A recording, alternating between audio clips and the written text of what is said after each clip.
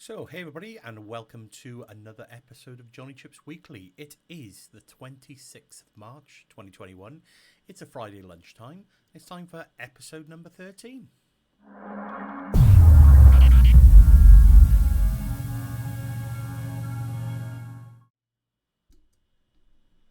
So, hi everybody, thanks so much for tuning in once again.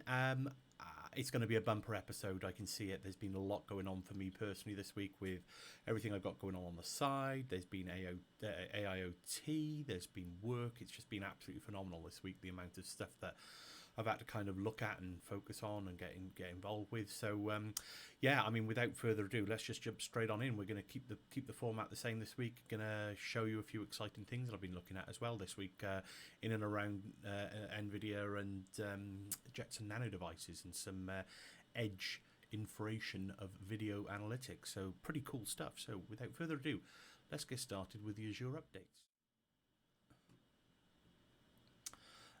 Okie dokie then. So what have we got going on? So I think there's about a dozen or so updates this week, which is pretty cool. They're starting to become a little bit more manageable, I guess, just to keep on top of, because I think, just into the new year, there were sort of always 30, maybe even 40 updates. So let's just jump straight on in. As per usual, this is my little Friday glimpse at the Azure updates page. As I say every week, if you're in the world of Azure, it's always a good place to come, once, twice a week, maybe just to kind of keep on top of what's going on in the world of Azure, see what the new announcements are. So, like I said, I think there's only about 10 or 12 announcements. So let's just click through them and see what we got then. So, okay, first one, GA, new VM series supported by Azure Batch. Okay, so you've got that's the concept of Azure Batch for doing batch jobs and things like that. And I think pretty much that must be pretty good. Oh, by the way, I've got problems with the camera and I'm not rebooting the computer to fix it for a minute. So you'll see that little message pop up on my screen. The joys of recording. So anyway, GA new VM series supported by Azure Batch. So we got a link down here that we can see what VMs are actually supported now by Azure Batch. So just clicking through. Okay, they're saying that VM config for batch pools is supported in almost all VM sizes. Cool. So I mean, if you've got those requirements where you need to do batch jobs and you need to kind of pull VMs and scale up and scale down to suit the particular workload that you're running on that, then I mean, that's good to see. I think they just add in all the different VM types to be able to use them in whatever batch jobs that you might have. Pretty cool. Okay, IoT Hub Azure Portal extension update. So starting today, IoT Hub's Azure Portal API calls are made directly by a browser with your cred. This means that the API calls are no longer proxied through a back-end service, which improves security, stability, and consistency with other Azure services. Cool. I didn't realize that was the case anyway, so that's cool to call out. So that's gone GA starting yesterday, the 25th of March. Very good.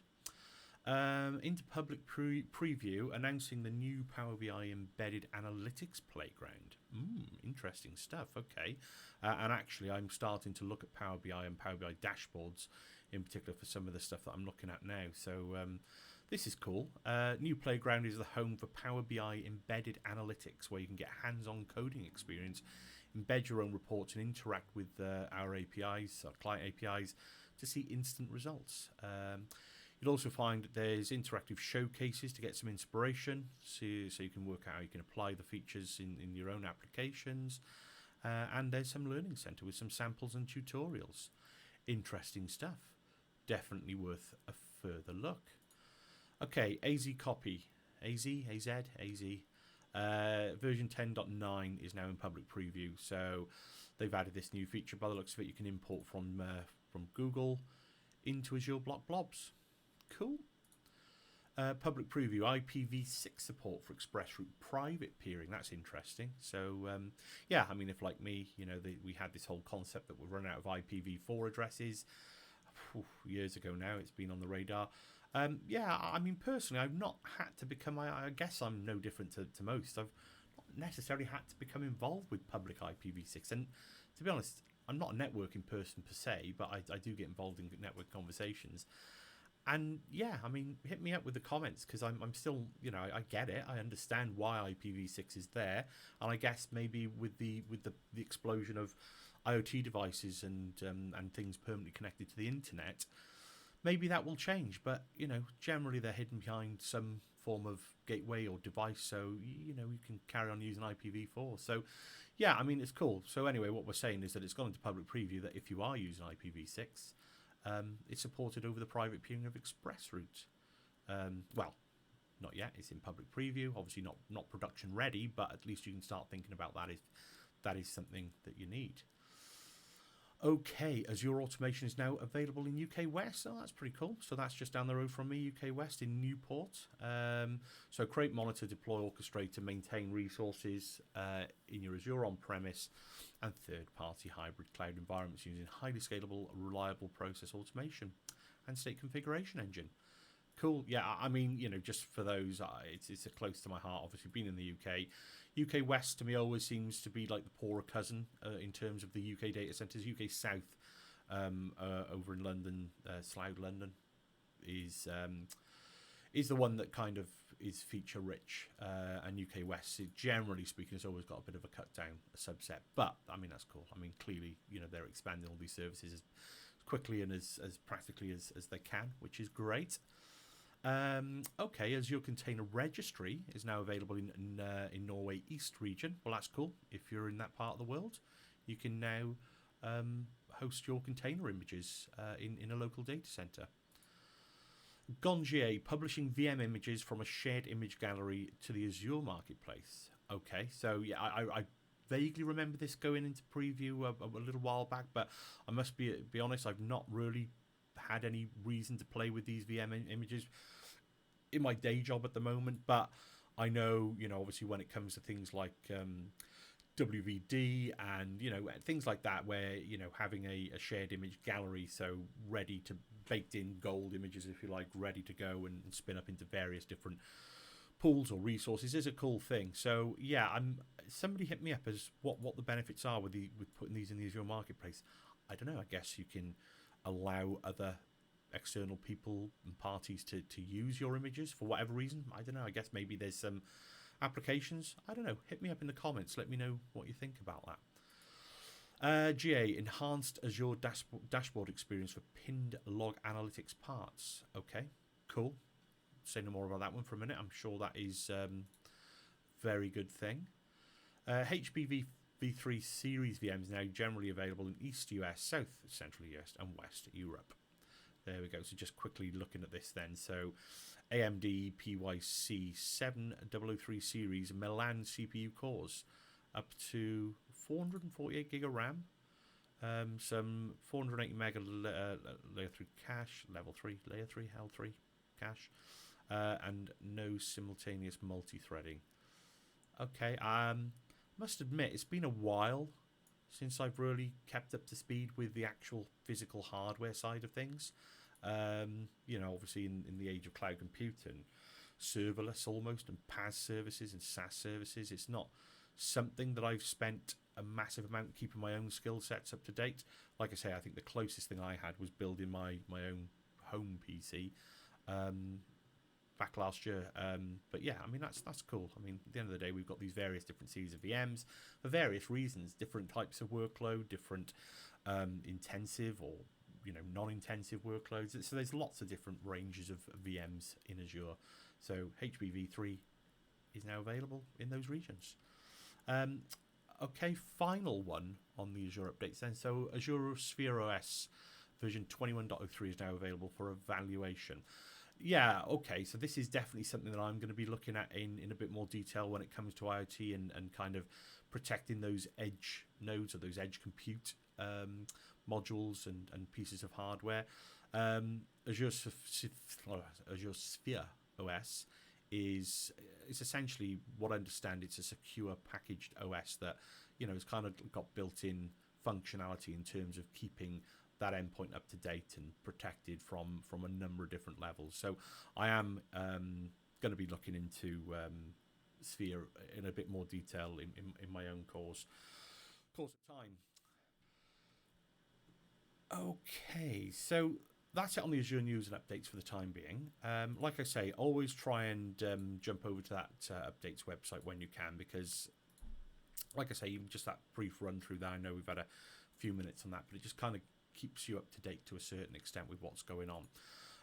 Okay, quick once over of the Welsh Azure user group. Okie dokie. So, without further ado, we've got our next event, 15th of April, coming up. So, go and jump on, follow me, jump on the Welsh Azure Twitter page to get the links to this meetup meetup event. We got some great speakers. We're keeping with the theme again next month in terms of having 3 lightning talk sessions, and then we're going to have what we call a feature event, which is the longer, sort of 45 minutes to an hour. Really excited by this particular event because we've got my friend Peter and Liam. They're both absolutely fantastic guys. They're coming on to talk about the robot arm project that Peter's developed. It's just great. I mean, just sign up and come and watch it because I'm sure this is going to be a lot of fun. And like I say, the format of these lightning talk sessions, we've got an Urban Vukasin and we've got Matt coming on to talk, sort of 15-minute sessions around an Azure topic. Really good last month, I think, is probably fair to say, in terms that it was very fast-paced, and at times, absolutely, the sessions could have gone on longer. But I guess it's one of those things with how long, how much time can anybody afford to do these things. So we thought we'd try and mix it up a little bit by introducing this lightning talk concept. So it's literally come in, speak about your point, jump off onto the next speaker. So I enjoyed it personally. I know a lot of other people enjoyed it. So it's cool to see. We're going to try and keep that as part of the virtual sessions as we move forward. A quick save the date. The session after that is the 20th of May. So put it in your diaries now. Go and RSVP. I don't know if I haven't announced this particular session yet. We do have speakers. I've just not updated it. So I'll do that probably over the next few weeks and make some announcements on that. But like I say, please jump on, sign up RSVP for the April event, April the 15th, starting at 6:30 GMT. Just wanted to call out as well, any events that you haven't been able to get to, if you jump over, on this YouTube channel, there's a playlist, Welsh Azure User Group. You can see we've got all the previous sessions recorded, and there's a lot of cracking content in there. So if you are new to the Welsh Azure User Group, or you've missed events and you want to see them, that's where you can find all that. I've also got a GitHub repo, so Jonnychipz /WAUG-meetup. And you can see I try and keep this up to date where, we've got links to all the sessions, which will take you to the slide decks and the videos. So that's it from the Welsh Azure User Group for now. Okie dokie, we're getting closer to the really exciting stuff that I've been working on this week. So we're going to go through the community call-out section because, again, it's been a phenomenal week in terms of what has been going on in the community. And I know full well there is so much that I've missed and so much more content than ever I shine a light on in my little video once a week. But hopefully you'll get some food for thought and, give you a few examples of people to go and follow on Twitter, go and give them a bit of support. And, let's jump in. Let's see what we got then. Okie dokie, first thing, the fantastic Sarah Lean has invited me and some other brilliant guests. So we've got Chris, Jamie and Shannon. At the end of the month, I think it's the 31st, 31st of March. Jumping on a live stream with all those fantastic guys and gals. They're the topic of conversation is blogging. I know Sarah is going through updating her blog, her website at the moment. I think she put a bit of a feeler out really to see what people's thoughts and opinions were on which is the best blog site to use, which is maybe the most tricky or difficult to maintain. And it's like anything, a lot of this is personal opinion and what you've got going on and how much maintenance. So that's going to be a really interesting topic of conversation because there's certain elements of blogging and websites that I've not had any experience with. So I can tell it from my opinion and why I use the platform I use, but it's going to be a great session. So if you're around, be great, jump on, ask some questions because we've got some fantastic people on the call there who've got a lot of experience with blogging and community work. So there'll be some great hints and tips and probably show and tells in terms of what platforms people are using.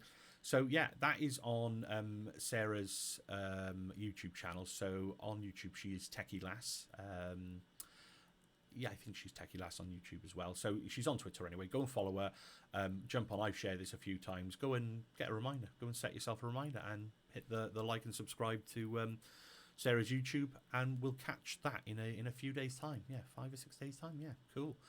Next quick one this week. In fact, I think today is the last day. 22nd to the 26th. We've had the Azure Spring Clean. So I mean, Joe and Thomas set this up, and I must admit there's been a lot of content that I literally haven't been able to double check because of time, but I fully intend to come back through this website. So azurespringclean.com. And it's brilliant. I mean, it's the same sort of concept in terms of community people and Microsoft people, I think, are in there, are putting together some really great content around the kind of governance and the management of the Azure platform and backend with monitoring and things like that. So you can see, jump onto the azurespringclean.com website, and there are links now to all these different articles. So you can see we've got a week's worth of content here from Azure Identity Management from Shabazz. We've got Josh Carlisle managing your workshops and lab environments on Azure. Budget monitoring using tags and dashboards from James Cook. And, things like health and performance monitoring of applications. So, there's loads of content on there, and it's all there. It's all been put together for everybody's knowledge and benefit. So huge thanks to the guys, like I say, Joe and Tom, for organising this event, and of course all the community people there that have contributed to this, because it's great, it's fantastic. So go and check that out. Any community call out wouldn't be complete without a shout out to IoT Live, Pete and Cliff. If you're not aware of this show, make yourself aware of it. I mean, it's part of the Azure Live channel, which is where my in conversation with weekly episodes go out on. But it's just I can't get enough of it. I think it's borderline getting a bit creepy now, I'm sure, for Pete. But jump on, follow the guys on Twitter, IoT as in the cup of tea. I know people like me doing that for some reason. But Pete and Cliff, they're on there. What is it? Is it every week? Every week. They do a few different shows. So I know they've got a show where Pete and Cliff discuss various aspects. And I think this week they were talking about sort of the Microsoft IoT SDKs and the AZ220 exam, which, for those that are following me, is a path that I'm running down quite quickly at the moment. So all fantastic information. So go and check them out. On the same note, Pete and Jürgen have been releasing some fantastic Pluralsight courses for the AZ220 exam. This is just one of Pete's announcements saying that there's another module that's been released. I've not watched this one yet. This was released a couple of days ago. So these are all like the objective domains, the skills measured within the exams. Pete and Jürgen have done a fantastic job of aligning those objective domains to the actual content that they're creating. So I'm keen to get this exam booked in and sat ASAP, because I believe there's some big announcements and big changes to the exams coming in about a month's time. So if you are interested, go and take that take a look at those Pluralsight courses. Just wanted to call out Lee Engelstone. I mean, Lee is somebody that I've been following on and off on Twitter for a little while now, and I mean, some of the things he's putting out is just fantastic. It's brilliant to see. I know he's got a lot of content around kind of augmented reality, using iPhones and other devices and headsets to kind of augment that reality. So overlay some bits and pieces, in your environment for whatever use you want to use that for. So I just wanted to call this out. He's setting up a new website, Xamarin AR Kit, so Xamarin for mobile apps, iOS mobile app development. I'm going to be following this website quite closely. It's not something I've got the time to focus on in any great detail, but in the back of my mind, I know it's somewhere that we're going as a society. I think obviously all the announcements around Mesh at Ignite a couple of weeks ago, this is definitely an area of further interest, and it's great to see Lee putting together some brilliant learnings and content. So go and give this website a follow, give Lee a follow, because I know I will be. I thought I'd kind of bring this in because, I mean, Kayla Cinnamon is a fantastic. I believe she's a program manager in Microsoft, but she's a fantastic kind of community contributor as well. She's part of the Windows Terminal team. And if you don't know what Windows Terminal is, I'll show you in a minute, because I'll be using it for some of the other stuff I'm about to show you. But go and install it. I believe they've got an announcement now that this is actually going to start to ship by default with Windows 10, which is really cool. Kayla Cinnamon here is just pointing out, like, you can see all the different customizations you can do to the terminal. Things like background effects, glyphy sort of posh URLs and command line prompts, which it's just good fun, and it makes your productivity that much more sweeter. And it's just a fantastic terminal. It's a terminal that kind of you can open up many terminals. However, from Ubuntu and Linux to PowerShell terminal to command line if you need it. I just wanted to call out, if you're not using Windows Terminal, go and install it. It's there. It's in the Microsoft Store. You may as well start using it, because it's a great little utility. I say little, but it's not. It's great. It's fantastic. Go and give that a look. Okay, shout out to Mert Yitter again. Mert has been on this week with Chris Reddington, two great friends of mine in the community now. They're both putting out some fantastic content. I need to give them another shout out, because yet again, they've paired up now to do this DevOps in the Cloud World. I've not had a chance to watch it myself yet, but I certainly will be at some point. It's like anything. I think that as the weeks roll on, there just seems to be more and more and more stuff that's absolutely brilliant. And the laws of physics come into it, in the fact that we've only got 24 hours in a day. So go and give that a watch, and support Mert and Chris if you would be so kind. Shout out to the Bradford Cloud User Group. I know they had their second event last night, which I managed to catch. It was with Lisa Clark and Shannon from Microsoft, and the content was fantastic. I think Lisa came on. She talked about Lisa works for Dell. She talked about the Azure Stack product range and what Dell are doing with that at the moment, from in terms of Azure Stack Edge to Azure Stack Hub and the HCI sort of products in the portfolio. The three key portfolio products. It's one of those things that, from a hybrid compute perspective, I've kind of tried to keep on top of with just my basic and broad understanding of it. But it was great to see some of the content Lisa put out. So I'm sure the guys at the Bradford Cloud User Group are going to get that session uploaded on their YouTube relatively soon. So go and give them a follow and have a look. And then the other thing was, Shannon was discussing Azure VMware services, which are pretty cool. To be honest, I worked with VMware for a long time, in a previous job. And so, obviously the whole concept of shifting infrastructure to the cloud, is one of those things that you think, well, if you're a large enterprise and you've kind of been working with VMware, you've got the skills, you've got that kind of internal system and process that you use for managing and deploying your infrastructure, taking that native kind of cloud shift is sometimes quite tricky. So the fact that VMware, you can now effectively spin up VMware vSphere nodes in Azure and manage them using those same processes and practices and guidelines is great. I think one of the things I picked up on was that Shannon mentioned that there was a slight cost increase in that, but like I say, I suppose that kind of outweighs the fact that if you've got those internal sort of skills that you want to use that VMware platform, that potentially is negligible for your company. But go and check that out. So great information on Azure Stack, the product family, and Azure VMware services. So great session, and yeah, thanks to the Bradford Cloud User Group for putting that on last night. Okay, I've shared a few bits and pieces now, so we're getting into some of the stuff I want to show you. I know this is going to be a bumper episode. We're up to 25 minutes already, but bear with, because it's exciting. Well, I think it's exciting.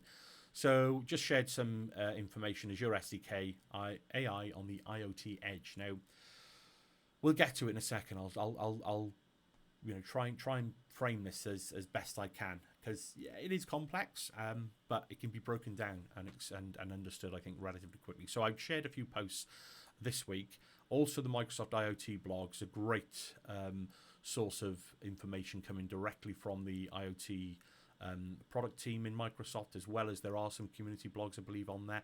So go and bookmark those websites. Staying on the theme of IoT, I managed to watch the Not IoT Olivier Bloch session earlier in the week. Go and check it out. I mean, it's fantastic. Olivier took us through. I know he had a few little gremlins with his demos, but the concepts were there, and it's inspired me to go and do a few cool things, I think, this week, which I'm about to show you. So go and give that a watch, because Olivier, as you can see there in the background of that image, he talks about Percept, so Azure Percept, so the devices, the audio, the video devices, and the bunch of sensors that can be configured, in order to use some of the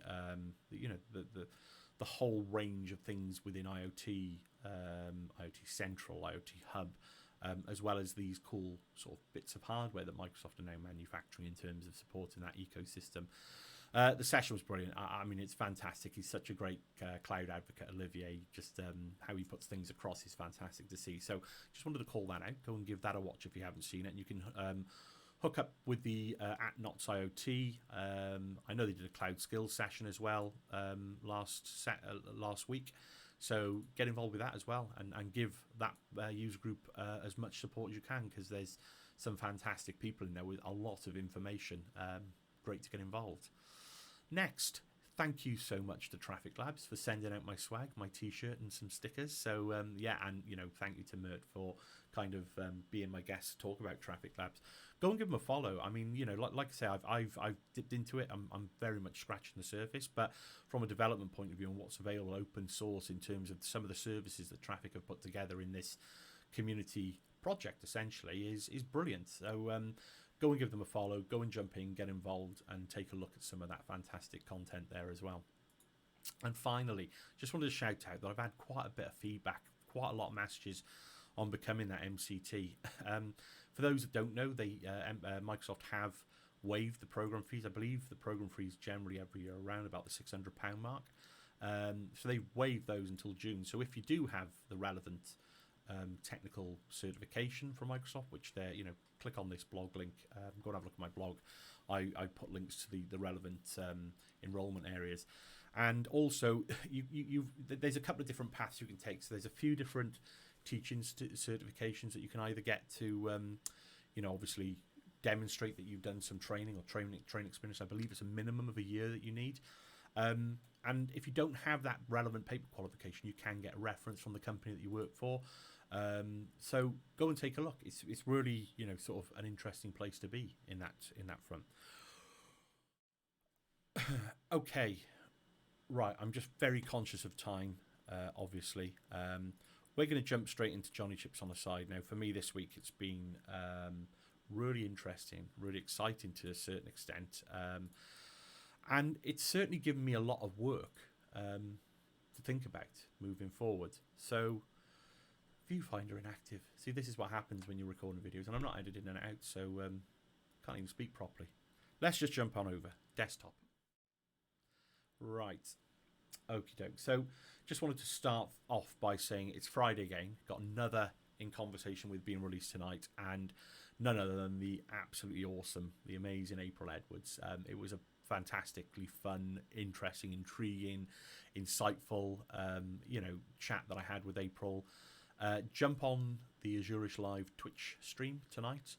If you want to find the links for that, jump onto my blog, look for this post. It's here, twitch.tv/Azure Live. We'll be on from just before 6:30, getting ready for the stream. Get involved with the chat. It's great. Any questions? Just jump on in, say hello, get involved, because it's such, it's a nice growing community, the Azure Live community is at the moment. So I just wanted to call out that is tonight. Hopefully we'll see you there. If not, you can watch it back on the YouTube. The YouTube goes live an hour later. So if you do miss the live stream, it'll be on there not too long afterwards. Quick shout out to the In Conversation with that I'm going to have next week. So I think that's the 2nd. Let me just double check the date on that.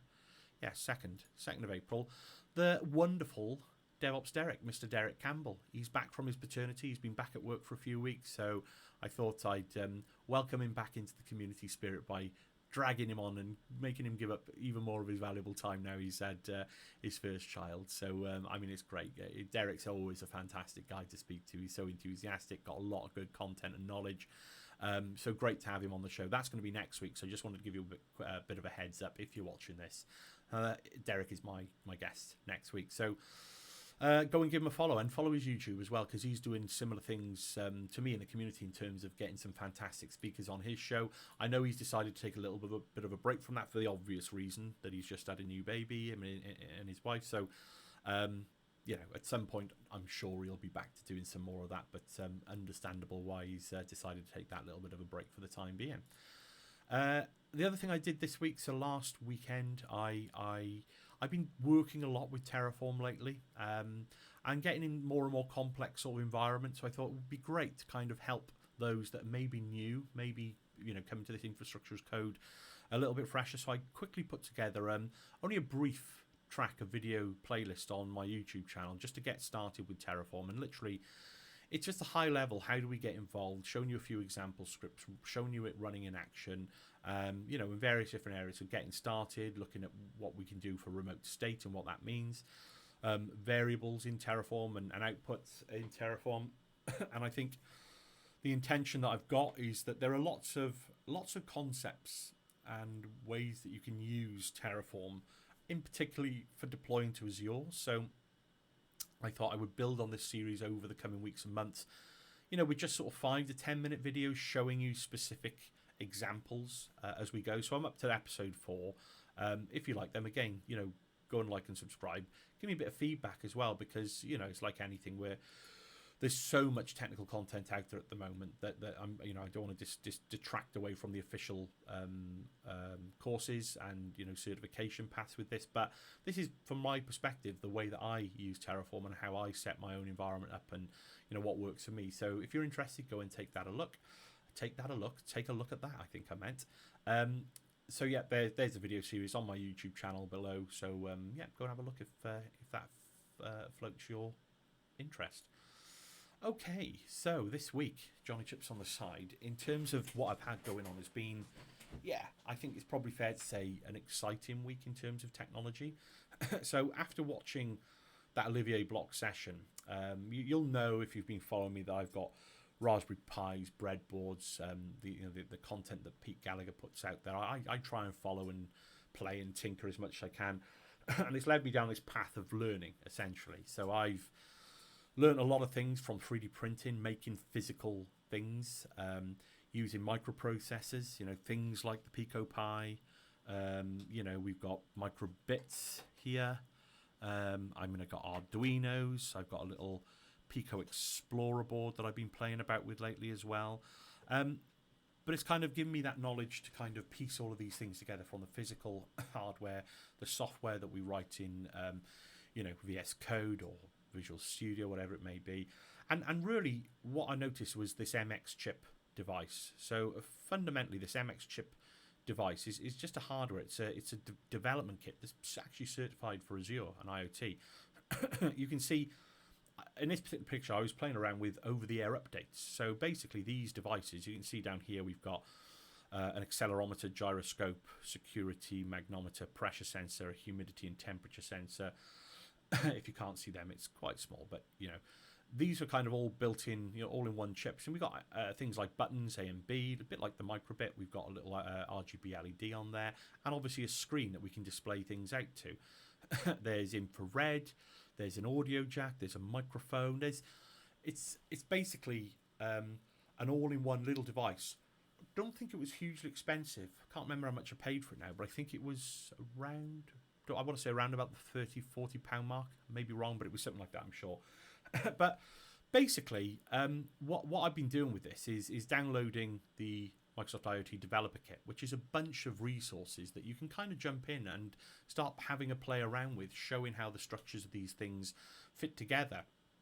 So you can see I've hooked mine up. It's actually sat on my monitor now. It's up to count 11,084.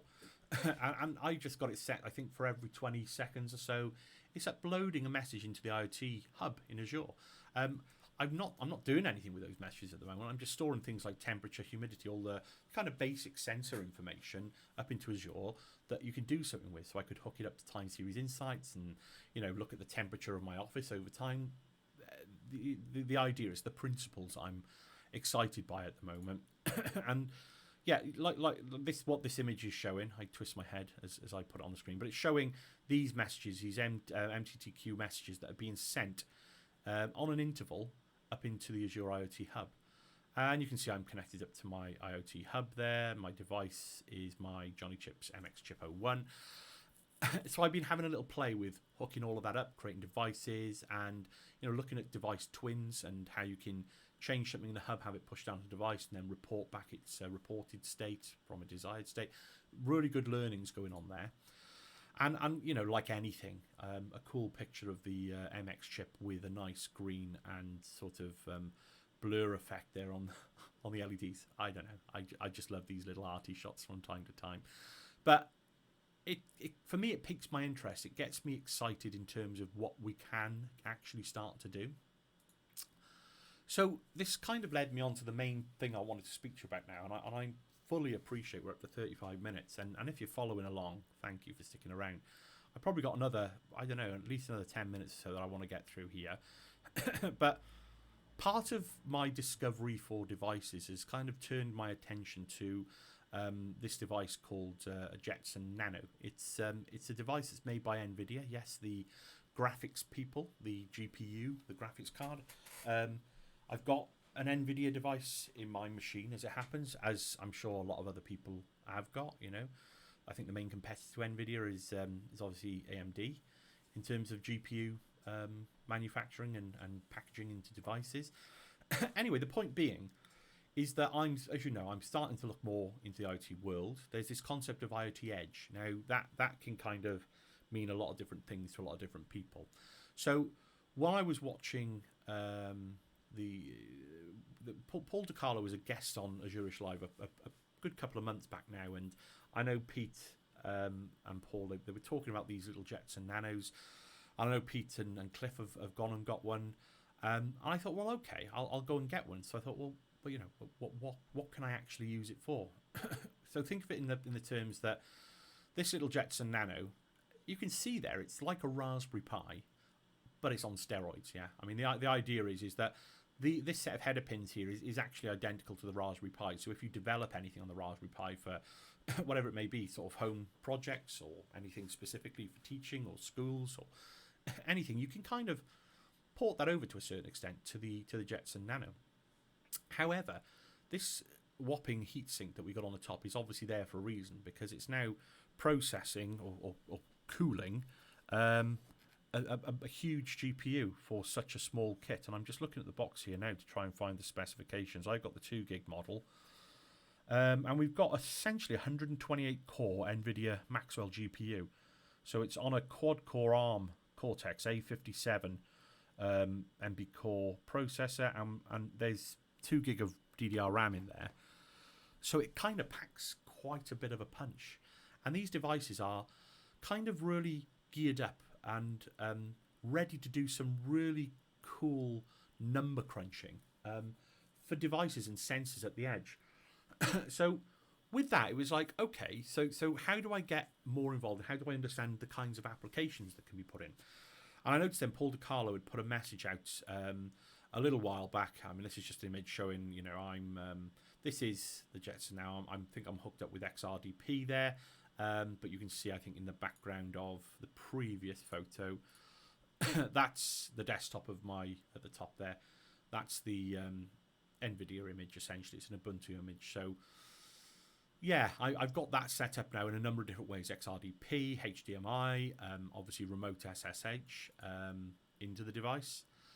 So, like I say, I signed up to a course that Paul DiCarlo is kind of running, and it's an official Nvidia deep learning course, and it was all centered around the Jetson Nano and kind of getting started with that and understanding this deep learning sort of pathway, and in particular this SDK that Nvidia put together called DeepStream, the DeepStream SDK.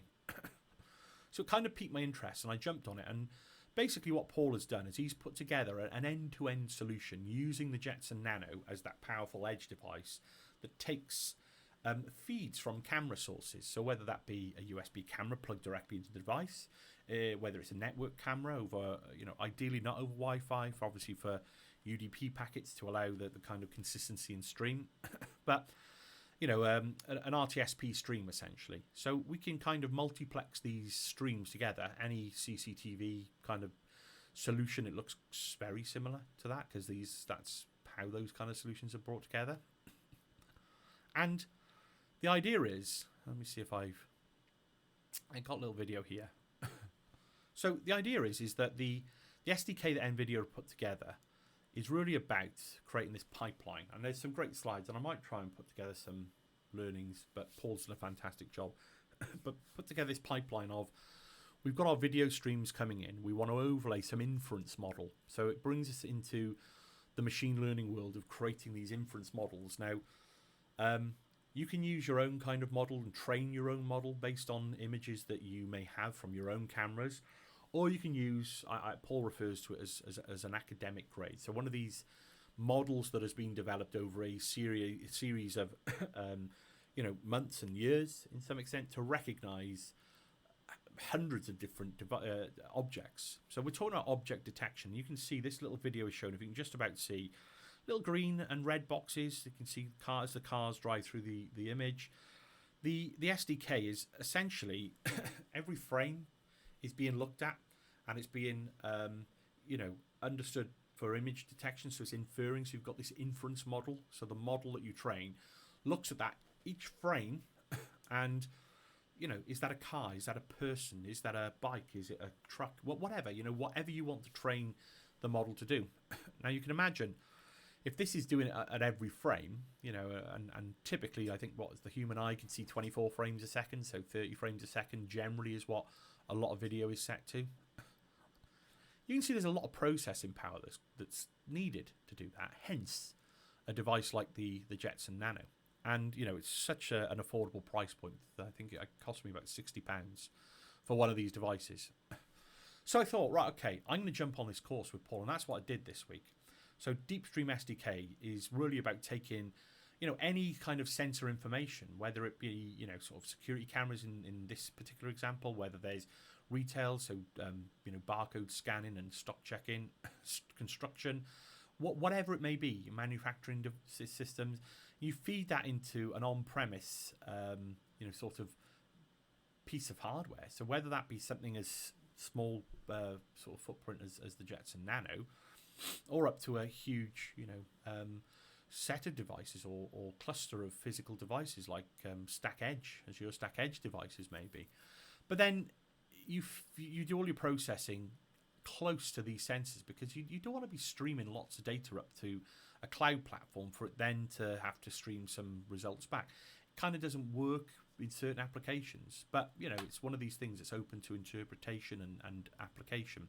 And then fundamentally, once you've got whatever this data is that you're putting into the cloud, you can do some analytics on it, look at time series insights. You can visualize what that looks like, and obviously create alerts on specific instances. So that was the course that I jumped on with Paul this week, was really an introduction to this setup and this environment and the DeepStream module in particular. So for those who don't know who Paul DiCarlo is, there's his Twitter. Go and give him a follow. He's got some fantastic content on the go. He's got, for this particular course, he's got a follow-on GitHub repo that basically, I've now watched all of these videos. There's about 8 hours worth of video taking you through the end-to-end solution. He's called it the Intelligent Video Analytics with the Nvidia Jetson and Microsoft Azure.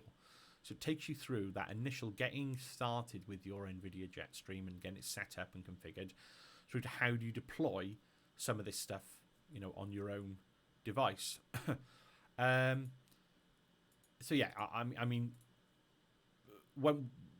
we deploy these things on our own devices, the next module then kind of takes you, and to be honest with you, each one of these modules is so open-ended, it's ridiculous. It's ridiculous in a good sense, but you can kind of configure and set these things up however you see fit. The next module is to look at deploying custom object detection, so really looking at training your own image recognition or object recognition in your own video streams. And it shows you how to do all of this. And I'm about here now. I'm in between module 2 and 3. And I'll show you where I've got up to. But I've watched 3, 4, and 5. Then looking at using all the telemetry that we're sending from that edge device up into Azure IoT Hub, and how can we then stream that out to other areas like Stream Analytics, maybe Power BI workspaces, for doing some visualization and some time series insights on this sort of stuff. So again, I won't drill into it here in this episode, obviously, because I've been waffling on for 45 minutes now. And then finally, is the Power BI bit. So visualizing that object detection data. So all that data we're streaming from these devices, how you can actually make sense of it in a nice Power BI dashboard. So that's GitHub URL. So you can just about see it there at the top. But Paul's GitHub is Toolbox, TOOLBOC. And just look for that intelligent video analytics with the Nvidia Jetson and Microsoft Azure. Anyway, after the course, got a nice certificate. I think there was a 15-question session at the end of the course. Go and sign up on the Nvidia Deep Learning Institute. I'm not sure what's going on with what Paul's doing. I know he's got another 2 sessions booked up, and I think there were roughly around about 20 to 30 people on this course. So I know he's probably looking at doing another 2 sessions now. So I'm guessing they're probably booked up now. But keep your eyes peeled, because if you can get on one, and this interests you, then I would advise that you do it. So I'm going to leave that on the screen, but I just wanted to show you what this looks like in my setup. So essentially, I've got all of this configuration going on in Azure, but clearly that there needs to be something on premise that is kind of sending all this up. So that those pictures that I showed you earlier of my Jetson Nano, I'll just quickly show you. So, whoa, it's all matrix-like, but just wanted to quickly show you now that this camera feed is actually coming from my Jetson Nano, which is stored. I'm looking at it here on my projector, but this is stored, and this is running right now on my Jetson Nano. So you can see I've got 4 video feeds, and this one up in the top, oh, I point over that way, top left, the one that's just gone to a bunch of words and it looks a little bit pixelated, is actually stream over the internet at the moment. It's an RTSP stream, Big Buck Bunny, which I learned something new this week, that apparently that's the only reliable RTSP stream available on the public internet. The other streams are effectively their MPEG videos played on a loop of some camera footage, but they could equally be live cameras, which is my intention. I've got a couple of RTSP cameras being delivered today, hopefully, and I got a little USB one set up over there. But again, I had a little, it's like anything. I had a few little niggles by building that in. And like I say, the other 2, they're the same video, but they're 2 separate streams. So essentially, you can see that we got these. So the videos are playing. These green and red boxes are actually being inferenced by the model, the AI model, on the Jetson device and overlaid I think this is set for every 2 or 4 frames. I think it's 2 frames. So you can see they're kind of flickering on and off, but they're kind of a little bit weak, which kind of implies that it's the model doesn't quite know, which is right, because this model, I think, is actually the model that Paul has trained for his own home setup, where he recognises cars driving in and out of his street. So if you imagine, most of the time, the cars that he's recognising are driving as a side profile. So you can see that these cars are kind of at a back, because it's driving down the road. You can understand now how these models start to get trained to recognise things, in a clear way. So I just wanted to show you that that's actually now running live as we speak. So all of this stuff that you can see flying up the screen here is actually over here. It's my this is Windows Terminal. There we go. What this is doing is this is actually running from a Docker container on the Jetson Nano, which is an edge device. I can Control-C that and just jump out of that Docker container at the moment. So you can't see. So if you can just pause on there for a second, you can see that I've not set any sensor IDs yet, which I'll be doing so soon. But you can see that it's detected some objects here. So if we scroll up, you can see that it has detected some objects, but this model hasn't recognized them as cars. That's no fault really of anything at the moment. It's just the model hasn't been trained for these particular videos. So I just put on the basic model with some sample data from the training kit that kind of Paul has put together. But you can see that I'm actually remote SSH'd onto the Jetson Nano here through my Windows Terminal shell. And you can see that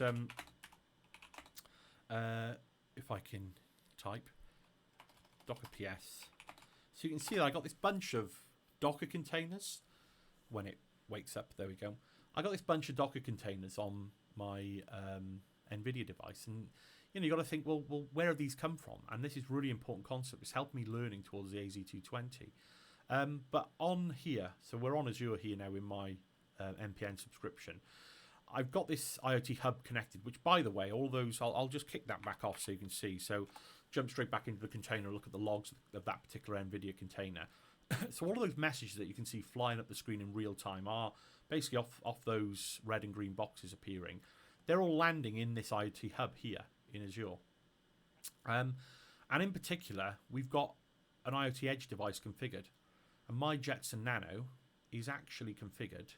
Oh, let me just move this out the way so you can see it. I'll put that, where can I put that? I'll put that up there for a minute. But you can see my Jetson Nano is configured here as John Jetson. You can see that I got these 6 modules on there, and I got 4 connected clients. Yeah. So if we click into that edge device, you can start to see, right, actually, this is very similar to like a Kubernetes container environment in terms that actually what this edge device is doing, modules being container images, is we've got these two. Whenever you hook up an IoT edge device, it creates these 2 sort of native primary SDK modules, containers, one called Edge Agent, one called Edge Hub, which I just showed you in that screen there. They're running on this Jetson Nano. And then we've got these custom modules, and you can see that there's a couple. We've got camera tagging, we've got Nvidia DeepStream SDK, DeepStream Analytics, and Azure Blob Storage. Now, I'm not going to drill into the detail. Go to that GitHub and explain it and watch some of the videos. But the thing to note is that you can see, if I click on this Nvidia DeepStream SDK, so that particular object, that container, is what you're seeing scroll up. They're the logs from that container running on my Jetson Nano at the moment. That container is what's showing that screen, that image of the 4 cameras multiplexed together. If we click on it, if I click on it again, we can see that effectively it's an IoT edge device that has got this concept of desired and reported values, this device twin. And you can see that I actually had to change this because normally the restart policy with the sample code is set to always. So what that means is that, like a container, a Kubernetes container instance, if a particular module, pod or whatever, has an issue and it has to kind of shut down, this is kind of self-healing, is that it will always restart. So in other words, you can kind of get this set up on your Jetson Nano, literally do nothing more than give it a network connection. I mean, you don't even have to give it a network connection unless you're using network cameras, of course, but plug it onto the network. It can be a private network, plug it into the power, and it'll boot up and it'll start. It will just start of its own accord. It will start logging instantly. It'll connect those feeds. So it's really low maintenance device. So of course, it gave me trouble when I was playing with it, because every time I wanted to reboot the device, I'd have to wait, for that inference engine to start up, and it would start logging. Literally, the logs would start pouring out, the video would display, which I thought, well, actually, I've set this to never. So in other words, if I want to stop that pod, that container, it won't start up automatically. So it's interesting to see that you get this information via the cloud. Now, the bit that I can't show you at the minute, because I haven't built it on my cloud, is the pathway, the routing of those messages then as we go out into other areas of the cloud. But I just wanted to give you a quick heads up, really. I just wanted to show you that. Like I say, if I show you that video, you can imagine, I think, roughly speaking, the Jetson Nano, the 2 gig one, should support, I think, up to 8 video streams. It's not going to take, real time. It can do real time, but I think when you factor in network cameras plus the power of inferencing over every single frame, which would be real time, it can get a bit, crazy, I guess. I'm just hovering my hand over the CPU. I got a case and a new fan coming for it today, and it gets very hot. So, we're kind of pushing, and in fact, yes, because I haven't got the fan on it, I've got a little fan that I put on it just to cool it down, but, I'm getting to the stage where it's having to throttle itself because it's getting quite hot. But anyway, I'll take those off the screen now. I just wanted to show you that so you've got an idea of what I've been playing with this week.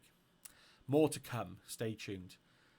55 minutes. Sorry, everyone. We'll get to an hour. I think this would be an hour bumper special. Right. Big shout out, Dan Stradlin. he's been my colleague in BT for a long time, but I know there's some exciting stuff going on in Dan's world. I'm not going to spoil that for him. Hopefully, that'll be announced fairly soon. But great guy, and a big shout out. He helped me with some new transitions and intros this week. So huge shout out to Dan. I did a little bit of a blog article because he asked me for a transparent PNG, which for whatever reason I didn't have. I've got it as a little, you can see in the top right of my screen there, that little animated logo. That runs, and that's an alpha channel MPEG. No, it's movie file.